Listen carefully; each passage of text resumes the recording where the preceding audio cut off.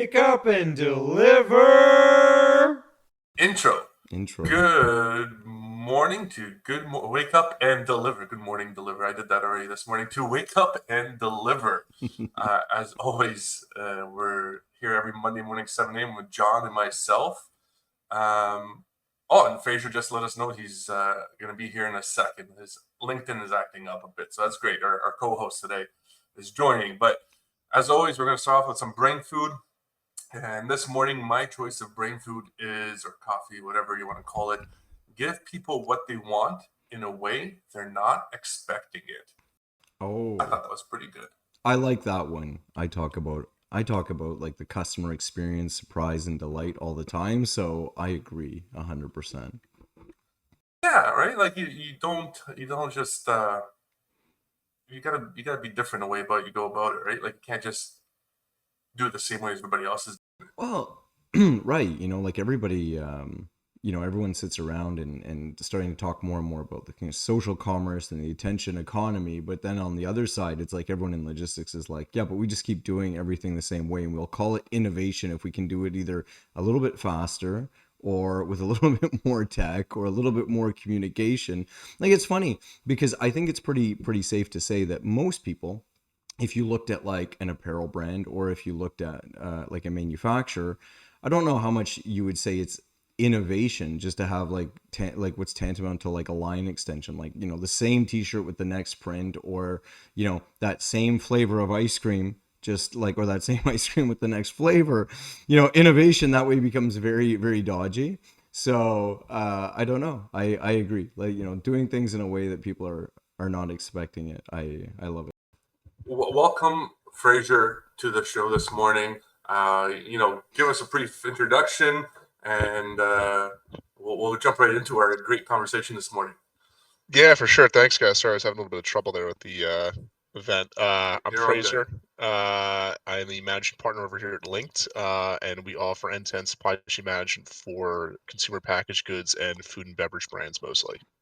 Well, so can you, Nice. sorry, I looked at your site though, like get more into it. What is it exactly that you guys are doing? Spending more time on like sort of the transportation logistics side? You doing more sort of broad base, like full solution? Like go ahead, like let the people know.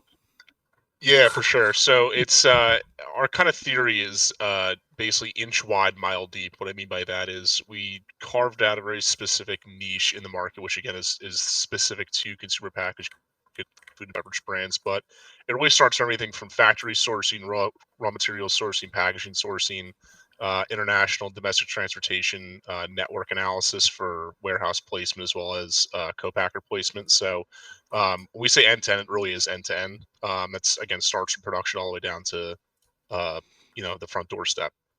Wow. And then so everyone hears that, and then they're gonna realize that we had this conversation today, because here I am then like going at you on one of your posts about ice cream, and then Matt's laughing at me, and then I'm like realizing like, oh, okay, maybe we were talking about different things. So we're gonna have an interesting conversation. As obviously Frazer and the guys are very yeah, exactly. Well, everyone's very well informed, so this should be fun. Yeah, for sure. It's an interesting topic, and I originally posed the question because quite frankly, from my standpoint, at least again in the U.S. And we can get more in depth in it, but a lot of brands do, or most I should say, move ice cream at -20 Fahrenheit, not Celsius. Oh, and he jumps right onto it. No, but actually, maybe just restate that question, because for anyone What's who that? didn't, like, what was the actual question, just for people who hadn't seen it or whatever. Basically, why? Most of the times when we see it, it is at again -20 Fahrenheit. But in reality, again to your point, actually, in terms of the documentation that's out there, it's not really necessary. And the reason I asked is because basically you have all of this fodder that's like, hey, it has to be at -20, but no one can really tell you why, and it actually shrinks the carrier pool significantly, first and foremost. So lots of trailers obviously don't go down to -20, most go down to -10 or 0. And then on the flip side of that, if you're shipping smaller quantities, most, if not all, refrigerated LTL carriers also do not get down to -20, it's just -10. Yeah. And so I posed that question because I was like, hey, like, why can someone at a company or food safety or compliance person tell me why it has to be at -20. And I really haven't heard like hey, here's the scientific reason why. It's most just like, this is in our QFS standard and this is why we do it. Yeah. I, Okay. I, I No, but I wait, found wait, out. wait. But wait, I, yeah. Before you jump in, let me add why I was being such like where I got so confused. And then Matt's gonna come in and he's gonna like peel back the curtain because he was so happy. It's like, I think I figured it out. I think I know what happened. So from my side, so I spent 13 years in the food industry, and the back half of my career got into all of our ice cream and stuff like that. So I had, whether it was owner operators that were working within the network or even employees with my own trucks, we were delivering ice cream in different parts of Canada. So for me, when I first saw your post, because the Celsius and the Fahrenheit weren't like indicated, right? Whatever, it was just like -20 and -10, like I think in the original post. no, it has a Um, degree sign, just for a degrees, clarification. yeah, like a I, degrees, which I would also too. I would mention as well, John. I'm American. We're very arrogant. We also think everyone's just on Fahrenheit, yeah. and Well, you know what? I guess I'm like, U.S. stands no, but for. it's funny because I'm like then the arrogant Canadian, because as soon as I read that, I'm like, well, it's clearly Celsius, like, you know what I mean? So, but so for me, everything that we did, no matter where it was, like, and I'm talking like right on the manufacturing floor, and right with all of these food safety standards, at least the way that HACCP and all of these different things that Canada is using, or that we used up here, and they're not necessarily Canadian programs, but that we were using.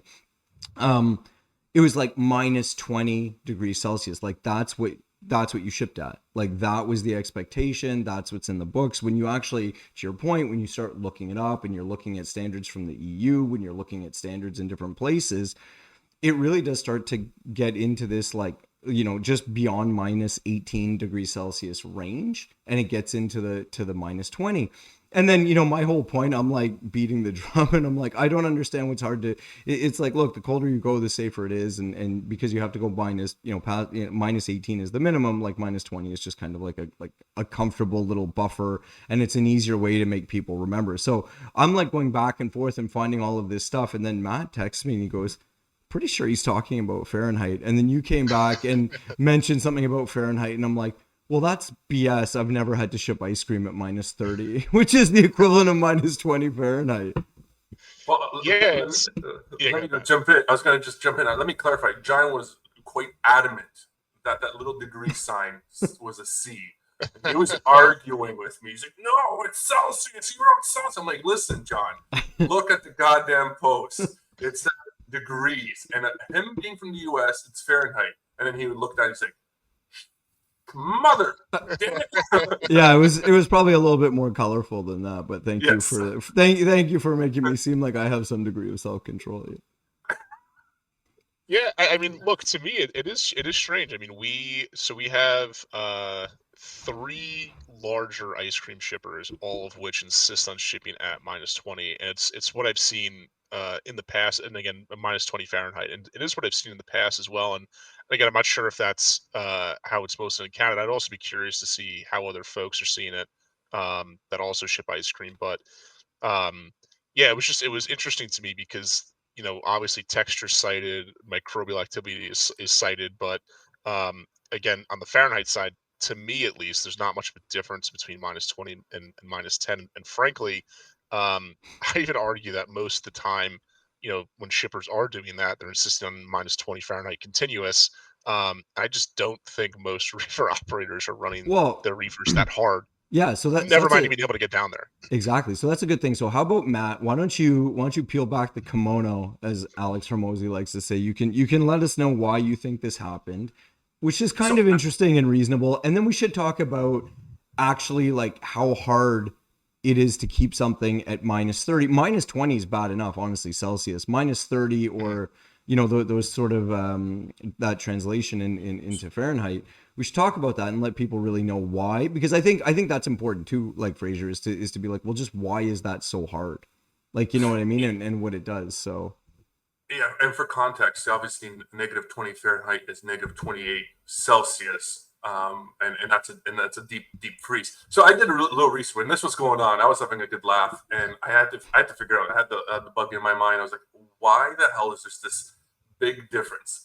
And I probably did a good couple hours of research into it because like you, Fraser, I've always been told -20 was the standard. And I didn't really question was Fahrenheit or Celsius. Celsius depends where you were obviously shipping from, and John was quite adamant that he's never heard of anybody shipping at that cold of a temperature. Doesn't make sense.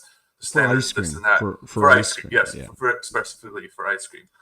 So I started digging. So I found this article, and it all related back to this International Ice Cream Association, which was a thing that was funded in the 1900s. And this thing was funded in the 1900s in like Geneva, Switzerland. I'm thinking I have to do something with Nestle or whatever. And they set the standards at the time, but they didn't specify which degree, because obviously in Europe at the time it was Celsius, so they didn't have to specify. Most of the world has come around, but anyways, yeah. Yes. And so that then was bought out or got transformed into the International Dairy Food Association, which is the standard that everybody uses now within ice cream. And I think that when it was bought, and it's now in the USA, they just saw the degree and they went, oh, they obviously mean Fahrenheit because that's what we use for temperature. And they didn't obviously mean Celsius because that wouldn't, Who uses that? Like, yeah. Who uses that? And they transferred the data, and obviously all the writing about it, because when they wrote about it in the papers, it's like the microbes and this and that and everything has to be at -20 degrees. Didn't specify the temperature, and so when it was transferred over to this American association that set the standard, they just put the F after it because it's like, oh, what is it, Fahrenheit or Celsius? Like, obviously they're talking about Fahrenheit. So that was the reasoning I found. It made the most sense because everybody, kind of what I read, everybody said the same thing. It's like, hey, at -20, all the microbes die after 0 Fahrenheit. I believe, John, you can correct me on that one. And after that, it really doesn't make a huge of a difference. And it really doesn't make a sense to be at -20 or -10. Is perfectly fine for Fahrenheit for ice cream because there's no big difference between the two.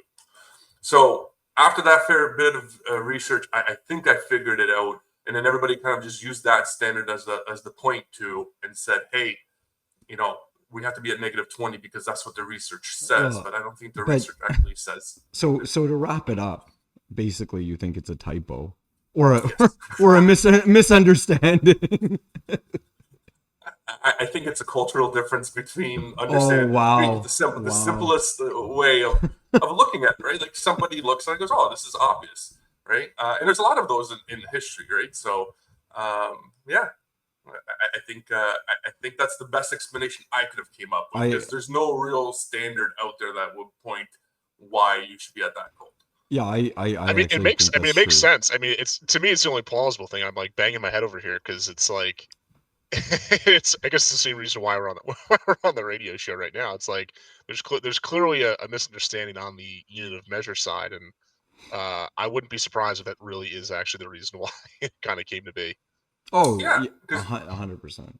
I looked at the Ice Cream Association. I looked at all these different associations, and they all seem to be pointing back to this original International Ice Cream Association, and that's what they had. And I was like, this is funny how everybody kind of one person set the standard and everybody just kind of followed with it. Now we have an impact in logistics, where, to your point, Richard, it's really hard to have carriers running at that temperature at all times, and the longevity of that equipment. Because I had a lot of carriers that would refuse to do ice cream, high claim rate, because the reefer can't hold that -20, and the claim rate would be from, well, your reefer went from -20 to -10 Fahrenheit.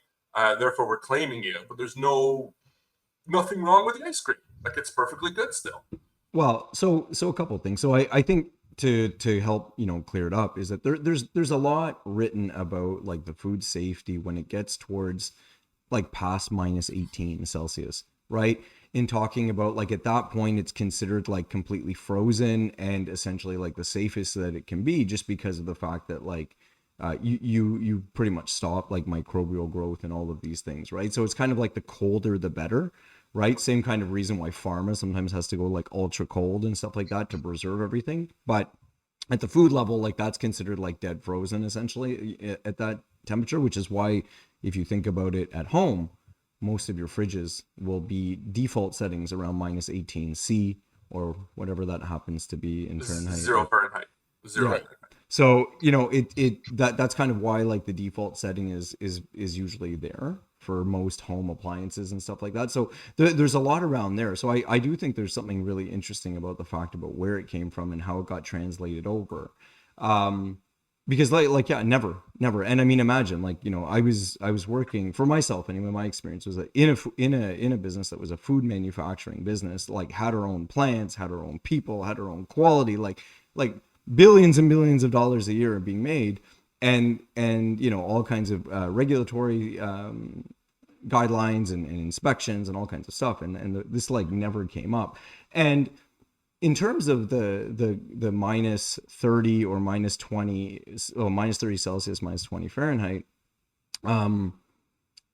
it's not, I mean, it's not so much like just the reefer. Like the reefer itself in the right kind of condition could hold like the right temperature. It's kind of like the challenge of saying, well, also the way then we ship it with box trucks and what you need to do to actually insulate these things and to kind of limit your airflow or to have just the right kind of airflow is really where the bigger challenge comes to more than anything else. And then that's why a lot of carriers don't want to touch it, because I mean, you know, roll up doors or barn doors, like you don't necessarily have the best seals. Like you have to have the, like this really, really amazing airflow all around the pallets, like sort of above, sides, underneath, to make sure that everything is staying super cool.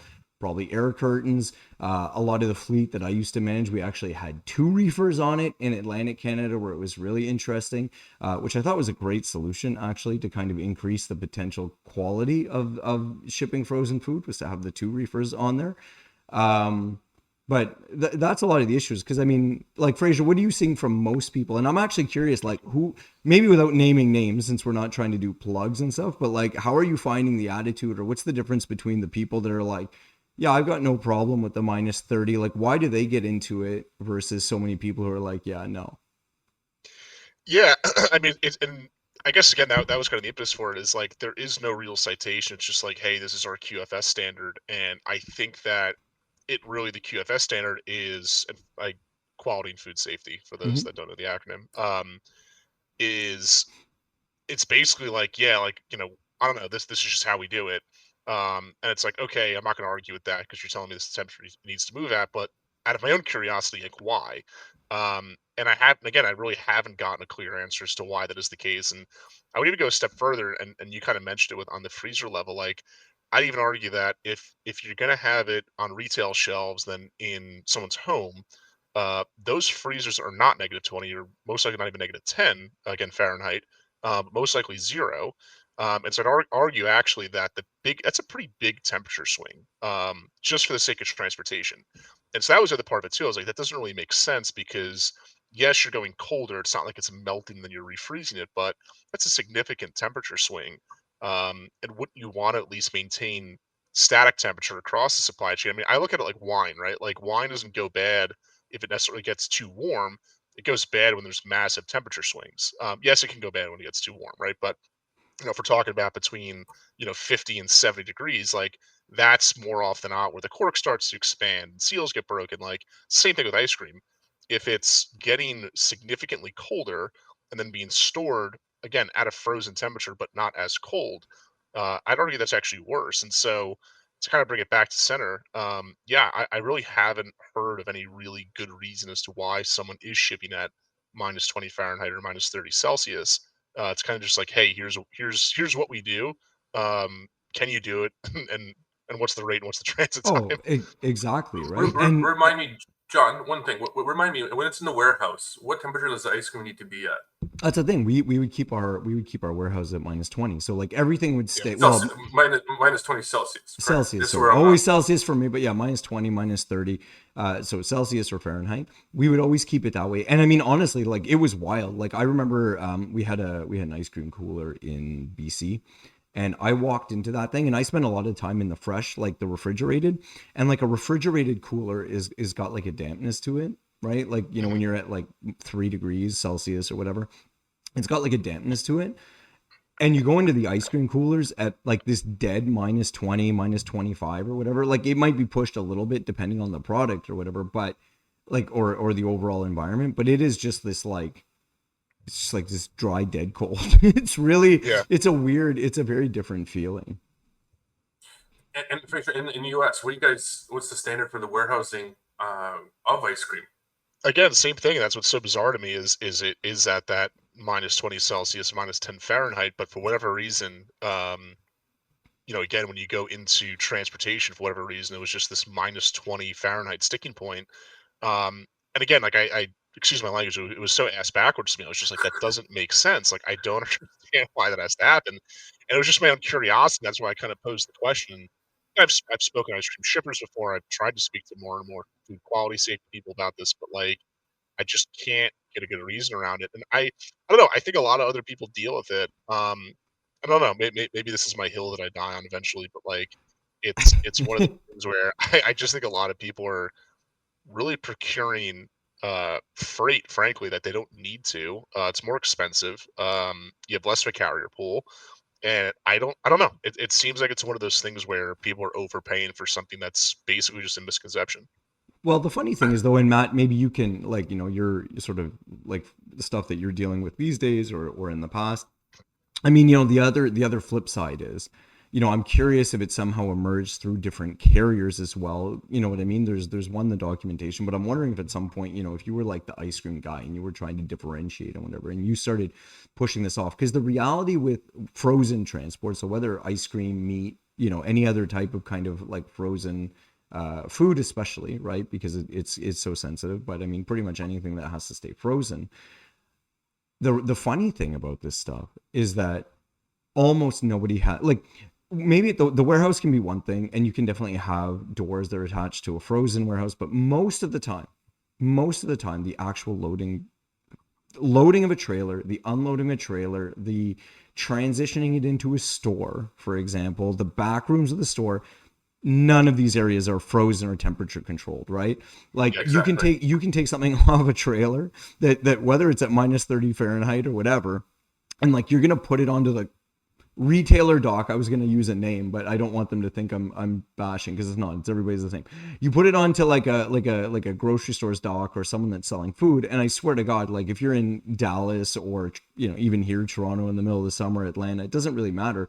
You're gonna pull it off, and it could be, especially in those back rooms with everything going on, easily 30 degrees Celsius above, which I don't Well, really know what the even Fahrenheit even is, take but it even take it one step further. Go to a convenience store or a gas station. They have ice cream in there as well, and they're well, not unloading it. yeah, but no They're one. unloading it outside Yeah, but no and one bringing no it. one gets too concerned about like the guy after the fact. I always thought it was really hilarious. No, I'm dead serious. I always thought it was hilarious when I was in the food industry and we had all of these SQF and all of these high food quality standards, right? And like gunning product off the trailer, right? Making sure it was at temp, and then literally these stores would resell it in bulk sometimes to consumers. Well, I mean consumers, but I mean they were reselling it in bulk for someone that was a convenience store or whatever who was doing their own shopping, or the small restaurants or whatever. And then like imagine I just am on the phone arguing because they're like, guys, we wanted to refuse the load. It was like, a degree or two off. We should have refused it. This is terrible. We won't accept it next time. And then I'm walking out and it's like 35 degrees Celsius outside, like dying, like your shoes are melting. And like Bob's coming out with a pallet load of product through the parking lot and he's loading his minivan. yeah. Fucking blowing my Well, I mean, mind. I'll do you one better. I mean, even here in New York, I mean, I walk down the street. There's a local a retailer that gets supplied by a fairly large non-natural distributor, and they deliver ice cream on the reefer truck that I can tell you right now is either mixed temp or dual zone, and certainly not -20. But it's in these like you guys have seen it's like the rolling carts that are basically big giant coolers. Mm-hmm. And they sit on the sidewalk for, I mean, not a long time, right? But they sit on the sidewalk. Um, they're not being pumped with fresh cold air. Um, and so yeah, it's like for whatever reason, and I think part of it is just the insurance aspect of it. I mean, we probably got on the rabbit hole on these nuclear verdicts, and that doesn't really pertain to this, but I just think everyone's so gun shy on the insurance aspect of it that they're just like, hey, I just want to be double sure about all this so I can pass the liability off to the next guy. And if it rolls downhill, fine.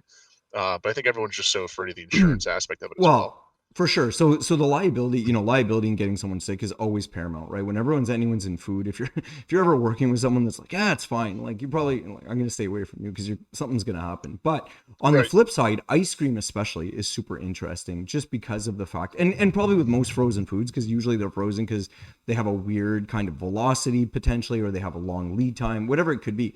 But ice cream in general is one of those things where when you actually hit peak season and to be ready for peak season, like it's like, oh my god, it's Christmas, and then it's like, okay, now I'm producing for the summer in ice cream, right? And you build up these long lead times because pretty much no manufacturer has the ability to actually produce at a level that would keep up with demand when it comes to actually peak season.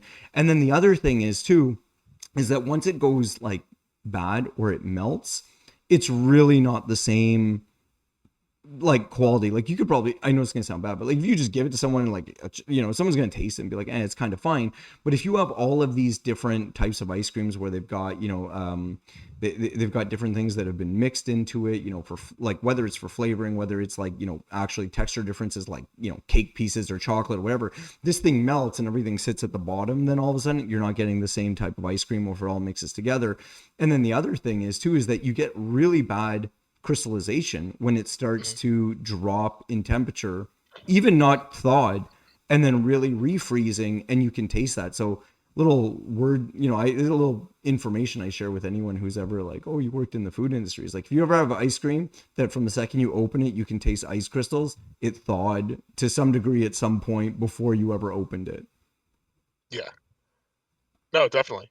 And yeah, just I think I do think there's a necessary we're certainly having it right now, but I do think there's a necessary conversation to be had around it because, like I said, I just think from a procurement perspective on my side, what we see, and I think we try to take that approach with clients and customers is to say, hey, like let's take a little bit more of a critical look at your supply chain. And to me, like as someone who's mainly cost driven, for customers to say, hey, how can we actually sustainably do this? Um, I think it's a worthwhile conversation. I think that if you're a logistics manager or even a COO or CFO, just to say, hey, this is what we do because someone years ago said this is the QFS standard. I just think it's kind of leaving it open ended. And I don't know. I just think from my perspective, if you're an ice cream shipper, it makes sense to look into it more. Um, the other part of it too is that we've had plenty of customers that are ice cream customers that do their own DSD or do their own store replens on their own assets like box trucks. I don't know a box truck in the world that goes down to -20 Yeah. Fahrenheit.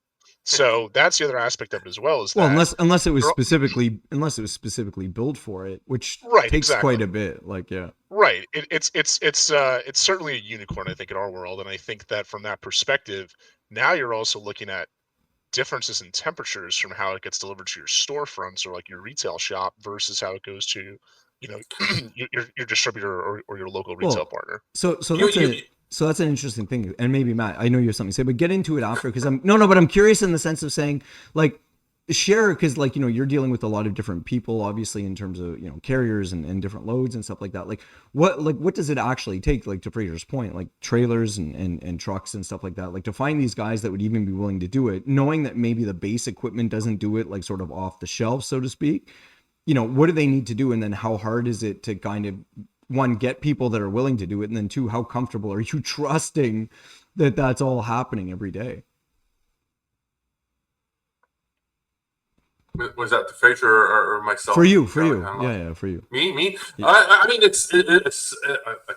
Sorry, I had a little bit of a brain gap there. It's difficult. I mean, like I was saying earlier, the liability piece, which I was going to jump into, is a lot of the insurances won't even insure a lot of carriers if they do Mhm. have ice cream because of the equipment, and a lot of them don't have brand new equipment to be able to run that deep of a cold, so they have older equipment to help maintain costs. And it becomes more of a challenge. So to find a carrier that can run consistently with proper equipment that is properly maintained becomes a higher procurement piece. And then the fear of running that equipment because you're off, if you get off on a degree, you'll get fined, and your insurance and ice cream a 53 footer full of ice cream is a hell of a lot more expensive than a 53 footer full of produce running at fresh. So it's the cost benefit analysis, and you don't get that much more, call it cost per mile, running ice cream than you would running anything else, really. And it isn't that much of a difference enough to take on that risk. And the guys who do it specialize it, and they probably want to perpetuate that class of doing it because they don't want other competition within it. Or if we lowered the standard all of a sudden, they don't want a whole influx of all of a sudden of capacity. But I think in the end, we do want that because we want, the rates are not where they're supposed to be from a carrier perspective. And it should be challenged. I'm surprised that insurances, is what I was going to say, insurances haven't challenged this at all because of all the claims they have to pay out. Because I would argue that from an insurance perspective is what makes this product not good anymore. It might be a quality thing, maybe, but people are still buying, like to your point, John, you've bought an ice cream with crystals on it and you still ate it and you didn't, return it. So where's the actual damage to it as long as it doesn't thaw out? I would offer that that's probably because most people don't actually know that something happened to it at that point is probably a big reason that no one thinks there's a problem. I'm sure the carrier or the guy at the dock knew. Like most of the time, everybody the guy at the dock knew, but like like little Joey who bought his tub of ice cream, he has no idea. That's why there's ice crystals in it. But it didn't harm him. The quality is a little bit down, but it didn't harm him. He gets sick, right? So it shouldn't be refused on that basis, right? And that's why there's that whole fear of negative, do not go below that temperature for ice cream because it's gonna, the quality or whatever, it's not safe anymore. I think that needs to be evaluated and pushed out. Yeah, for sure. And for anyone listening, like what does it actually, like what are these guys doing? Like what does it take to deliver something? Like even at -20, but beyond, what are you talking about from the box truck to Frazer's point about it not being available, like for the most part, and even from a trailer perspective, like what does it actually take from these guys? Because you're right about them maybe wanting to protect their turf, so to speak, because they've made investments, whether it's in equipment or whether it's in like some strong SOPs and accessories. So like maybe just share what it takes to do those deliveries. Well, for the most part, it's having that reefer to be able to run that low, right? And a lot of guys don't have that deep freeze on their reefer or able to sustain it. Because think about it, coming in the Canadian terms, it's not the worst as it can be because we get a lot of cold temperatures and cooler temperatures. But if you're picking up ice cream down in Arizona and it's 45 Celsius or call it 120 Fahrenheit, and you got to be running this box at -20, that's a huge swing. That reefer is humming hard. Mm-hmm. And a lot of them do go out, and that's why you would need or you need some special equipment to be able to run it. And it makes it far more challenging in those hot environments. And then unfortunately, the temperatures are not getting cooler, even in Toronto, where it's becoming harder and harder on hot days to kind of keep that temperature. So those deep cold temperature like movements becomes hotter. Same thing for meat, like frozen meat's the same way. And you're having a harder time finding carriers that are willing or able to. And meat doesn't have to go to -20, but it's still, you're running across down to Mexico from Canada with a lot of these frozen meats, and you have a hard time finding carriers to be able to run that with their reefers that can maintain that deep of a cold all the way through. Yeah, for sure. And I mean, Frazer, you probably see this too if you guys are supporting customers and stuff like that. But I mean, the easiest way to kind of drop the temperatures, so to speak, right? Like when you're thinking about a box truck or a trailer, is to start to limit the capacity, right? I'm going to put up bulkheads. I'm using air curtains. Like I'm going to make it so that my cooling zone for the size of the reefer is significantly smaller. But then that becomes an inherent challenge because, to get the best pricing, like when you're talking about from a manufacturer to, another warehouse, and then when you're talking about getting, stuff from maybe a production facility or a holding facility into the network so that then you could do DSD deliveries, you really need to take advantage of like the most economical way to get the most product somewhere, which is typically, 53-foot trailers, right? Or even some other kind of combination of like a longer combination vehicle with different sort of product mix. But then you end up like, okay, I have to have my whole trailer at that temperature would becomes extremely hard, because to your point, the easiest way is to either just to shrink the size or put it in a sub packaging, like a type of cooler or whatever. And how you know how challenging is it to find like all of these people and to get it running, like from your side? Like, what are you seeing? Yeah, I mean, it's super challenging. I mean, it's a big part of the procurement process for us is actually just finding the carriers that are able to do it. And I would also say this too, that even if they are able to do it from a temperature perspective, a lot of them won't take it just because the high claim rate, and so they don't Mm-hmm. want to. I mean, and just so you can visualize it. I mean, I know you guys know this, but if you're a carrier and for whatever reason your reefer breaks down, like let's say it's just it's something like that. It's not like okay, just claim you could dispose of it. Like no, there's soup all over your Mm-hmm. trailer floor now. And so now it's a huge pain in the neck, and so that's a big part of it too. But yeah, I mean, it's certainly something where it certainly limits the carrier pool. It certainly makes the price then more expensive because the capacity is limited. And I would also argue again that it's just one of those things where if you're if you're just looking at it from, again, here's what my documentation says. So big distributor here in the US, Kihi, their preferred temperature controlled carrier is FFE. If you're a shipper, call up FFE and ask them if they have any -20 Fahrenheit trailers. They do not. And so if the preferred carrier of one of the largest distributors in the US, who certainly sells ice cream, does not have that trailer capability, and if someone from FFE is on here and tells me that that's not the case, please let me know. But if that's not the case, then how do we undo that? Right. So I also think it's incumbent upon the distributors to also make those marks as well to say, hey, here's the temperature that we expected at, not just, hey, show us your own QFS standard. I just think it takes more involvement from each of the links in the supply chain, if you will, to kind of come to terms with that as opposed to just basically putting the onus on the supplier for that. Well, and I No, think, no, hold oh, on before. Not only that, I think that carrier also is one of the biggest ones with multi-temp. So they're not only running it at not at -20, they're running it at multi-temp reefers, if I'm not mistaken, either.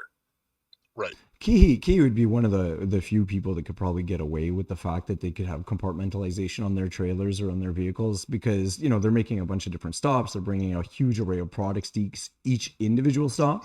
So for them, it's kind of possible, right? Like even at the way you see, Matt, these days, like Metro with their like direct to consumer delivery vans that they built, they actually compartmentalize them quite a bit. So they have a relatively small pure frozen section in those things, so they're probably able to really push it down.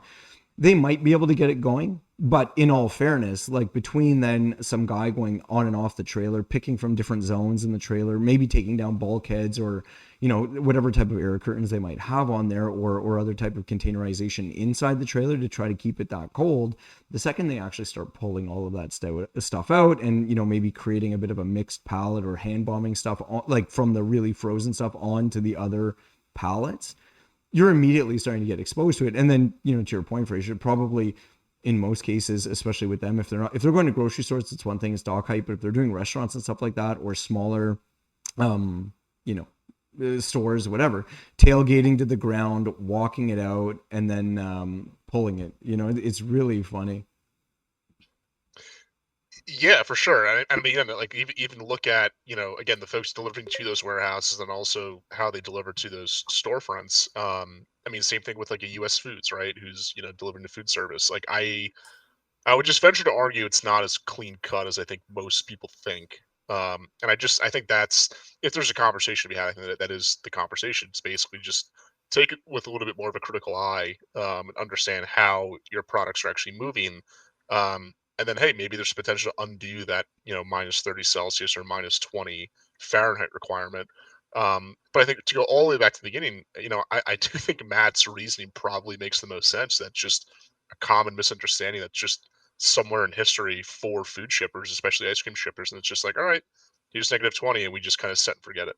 Yeah, I think that that's probably highly likely as well. And then I think, the second point is that for the people that for whatever reason have made deeper investments into all of that, they've just decided now, like, well, let's just hold it, because again, you're right, you don't want to necessarily open up the pool. Um, so either way, well, look, we're about 10 minutes over, so that was a great conversation. Fraser, anything else? Like, totally appreciate you coming on. That was really cool. And I think it's funny how, we can see these different conversations and these things come up in the comments, but then lead to real in-depth conversation. Because the one thing with I find LinkedIn especially is that sometimes like all the character limits and the different perspectives, people don't really realize all of the different things that, for example, like for the type of work that we all do, come up on a regular basis, right? People just think, oh, it's either just shipping, or, oh, you're just, it's rate shopping, or these types of things. But there's a lot of like real reasons, especially when you're either in the food space or anything that has a pretty high quality requirement. Yeah, definitely. And I think you guys have seen this too, that, if you're in, I would say specifically transportation and warehousing, more often than not, you're looked at to be an expert in not only your field, but other fields too. And I just think that the market's better when more people are educated on it. And I would just hope that, a lot more people are having these conversations with their customers. I don't think it's happening. I think that's why it's gone on for so long. It's kind of just like, hey, let's oblige the customer. But I think, again, to have these more critical conversations is necessary. And I think if you are going to be an expert in multiple fields, which is tough to just be an expert in one, but if you're going to be an expert in multiple fields, then have those conversations, understand the why behind it, not just, hey, here's how we do things. Because I do think it ultimately betters the market as a whole. Yeah, Yeah, I think I for agree. a lot of the part of the problem is not to dive too much into it. Is the carriers just want to accept it and get the freight and move on, right? And they Right. don't challenge it. They don't think about it. They don't critically go, well, why are we running this, and what's the reasoning behind it? Customer sets the standard. We have the bill of lading. It has the temperature, and that's what we do. And we just move that product along the supply chain, where we should be really critically thinking about why are we doing certain things and why aren't they at the correct temperatures, and can we improve it and save costs all around for everybody, including the consumer at the end, because that's what it ultimately will be. Yeah, no, for sure. All right. Well, look, with that, I think that's a great way to end off and start the week. So it is Canada Day today. So happy Canada Day for Matt and I. If you look at the YouTube video of this later, you'll see that we're both feeling very festive and national. I don't know. We're showing our national pride with our red and flags and all of this good stuff. And Patriotic is the word that patriotic. you're There we looking go. for. I'm like drawing a huge blank. I'm like, It's also and July 4th this week. July 4th too, for sure. So Independence Day for all of our American friends down south. So Fraser, wish you a happy ending to the week, because we're starting ours off kind of on a long weekend. We don't get them all the time, obviously, with the way it's changing. So super great to have Canada Day back ended onto a weekend, and hopefully everyone has a really great week and gets a few days in between of all of the celebrations. Awesome. Happy Canada Day to you guys, and happy July 4th to all the US guys Perfect. and And gals. then we'll have this up later in the week. And obviously, if you have any questions for Fraser, feel free to reach out to him. His information will be on his LinkedIn. We'll have a little bit of a commentary in there as well on the services he provides. So thank you very much, everybody, and have a great week. Thank you.